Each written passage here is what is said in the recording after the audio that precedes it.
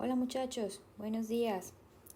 Hoy vamos a hablar sobre las categorías de los sismos, los tipos de sismos que existen.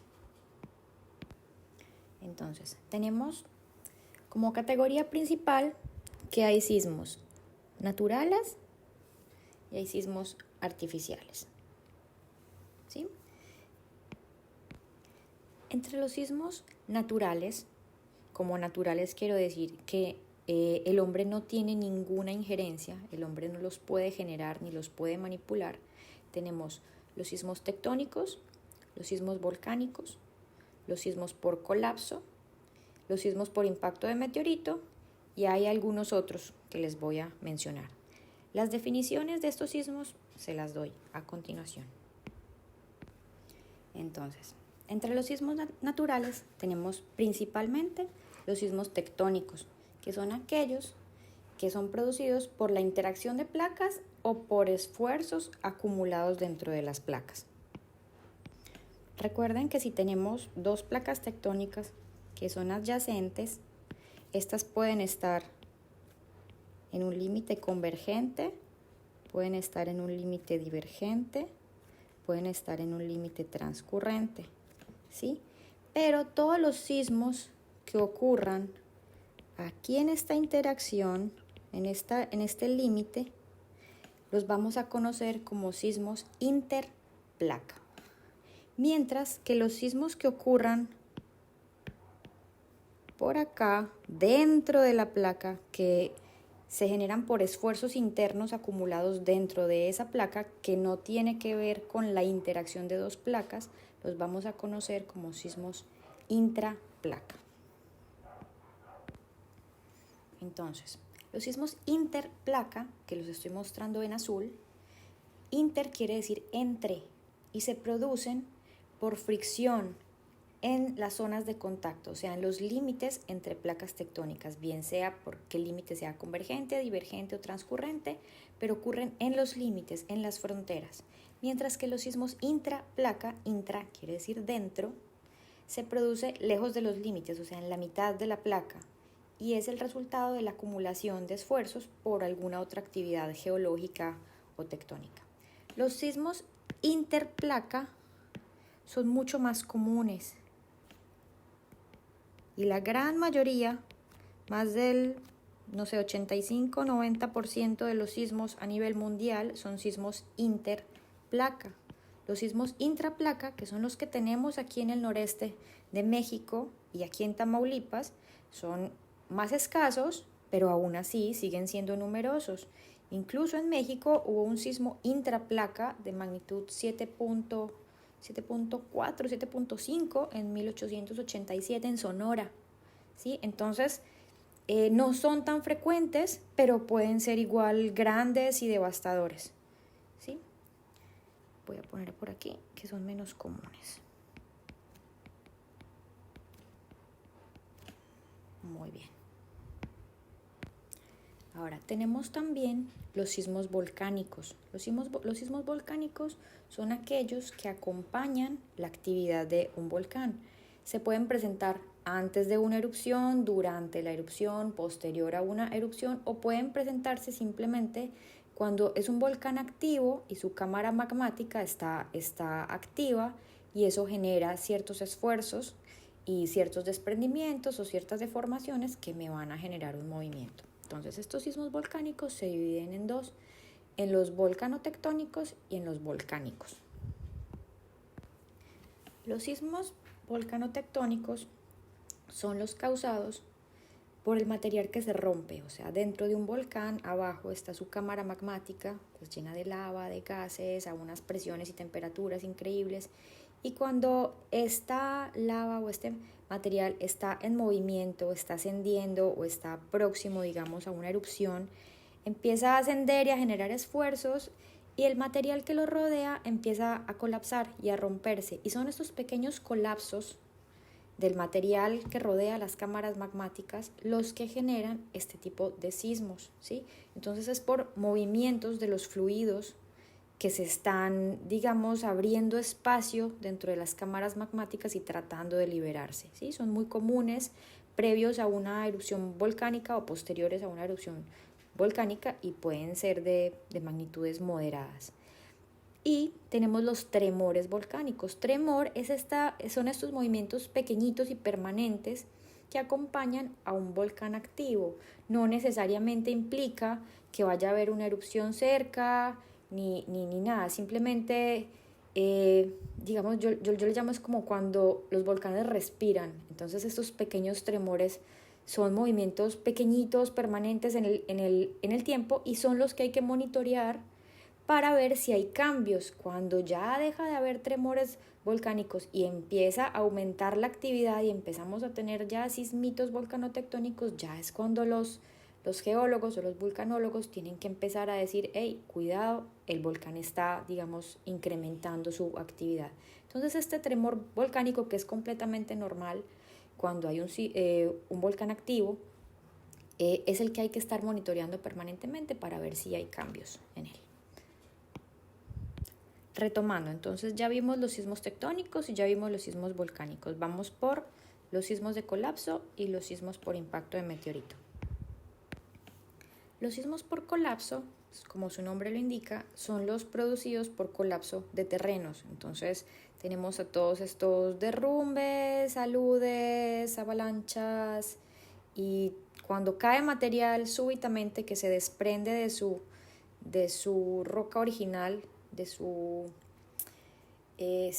fuente original, entonces ese desprendimiento va a generar muchos esfuerzos porque es mucha masa la que se está desplazando y eso me va a generar un tipo de sismos que se conoce como sismos de colapso.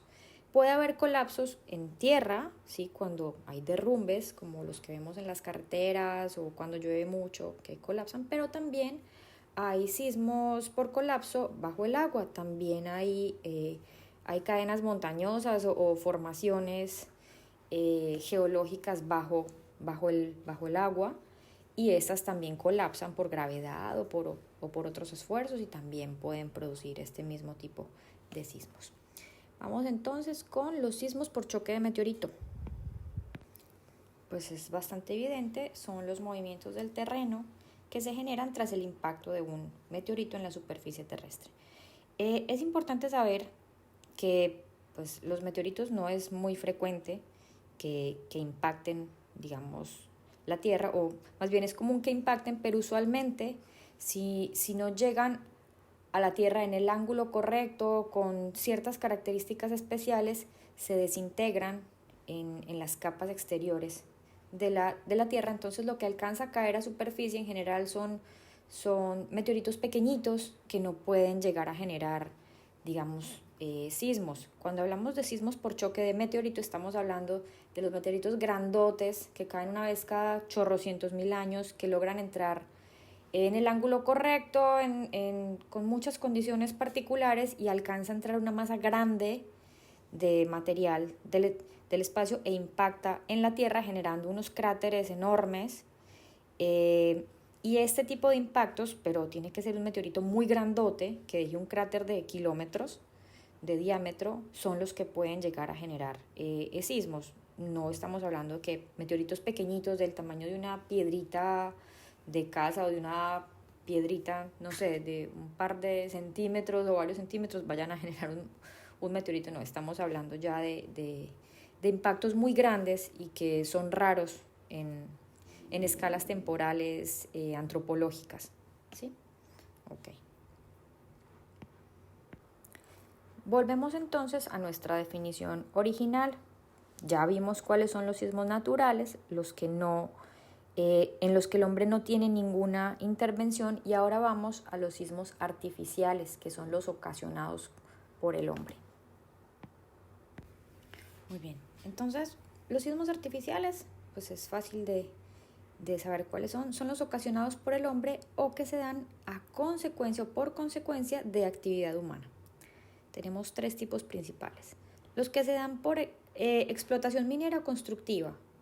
Muchas veces en las minas, en las canteras, o cuando tienen que construir una carretera, un puente o una obra civil muy grande, pues tienen que derribar el material o o los flancos de una mina o volar una montaña para poder abrirse paso. Entonces se utilizan explosivos, explosivos comunes de uso constructivo, de uso minero, y estas pequeñas detonaciones, bueno, no son tan pequeñas, pues obviamente producen ciertos movimientos del terreno que se pueden medir con aparatos sísmicos normales. Este tipo de sismos por explotación minera constructiva tienen varias características muy específicas y los sismólogos podemos identificarlos fácilmente. Primero, es que podemos ver que como son superficiales, cuando los localizamos vemos que están a ras de superficie, no están ubicados a kilómetros de profundidad, entonces esos son fáciles de identificar por eso, y la forma que tiene el sismograma es muy particular, entonces es muy fácil reconocer un sismo tectónico de una explotación minera o de una explosión de tipo constructivo. Tenemos sismos por actividad bélica, cuando hay un conflicto armado o algo así, que se lanzan misiles o bombas, pues entonces esta actividad también genera sismos que también son fáciles de identificar en sismograma. Hace unos años, en 2016 creo, hubo un ensayo nuclear en Corea del Norte y se pudo registrar fácilmente en todo el resto del mundo. De hecho, las primeras redes sísmicas mundiales no se instalaron para monitorear sismos como lo hicieron ver, lo hicieron para espiar los ensayos nucleares que estaban haciendo los rusos. Entonces, es imposible para un país esconder dónde está haciendo este tipo de ensayos nucleares porque estas ondas viajan por toda la Tierra y van a ser registradas en todos los aparatos del mundo si la bomba es lo suficientemente potente. Entonces, los sismos por ensayo nuclear o por misil o por algo se pueden detectar y pueden generar sismos también, pero tienen una forma diferente a los sismos tectónicos. Y tenemos los sismos por subsidencia. De esos tenemos aquí en esta zona noreste de México y se producen por el reacomodo del terreno donde hay una explotación. Entonces pensemos que estamos extrayendo petróleo, gas, agua subterránea, pero no estamos inyectando material para reemplazar el que estamos extrayendo, ¿sí? O no lo estamos inyectando completamente al mismo nivel que vamos extrayendo o vamos inyectando. Entonces, pues se van generando vacíos en el subsuelo hasta que eventualmente el peso de la masa rocosa y sus esfuerzos pues van a hacer que estos vacíos digamos colapsen. Y esos pequeños colapsos que hay en el subsuelo debido a esa extracción permanente de materiales generan lo que es conocido como sismos de subsidencia, y existen mucho en zonas petroleras como en Tampico.